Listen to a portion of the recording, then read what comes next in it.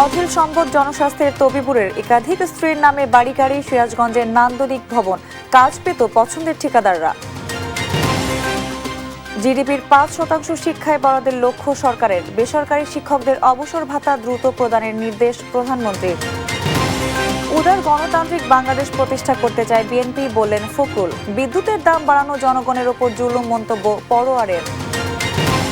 এবার মিরপুরে নারীর অর্ধগলিত মরদেহ উদ্ধার, স্বামী ও 2 মেয়ে কানাডায়। পারিবারিক মূল্যবোধের অবক্ষয়কে দায়ী করছেন বিশেষজ্ঞরা।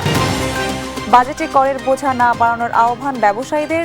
জ্বালানি সংকটের নিরসন, বাস্তবসম্মত ও কর্মসংস্থানমুখী বাজেট প্রণয়নের দাবি।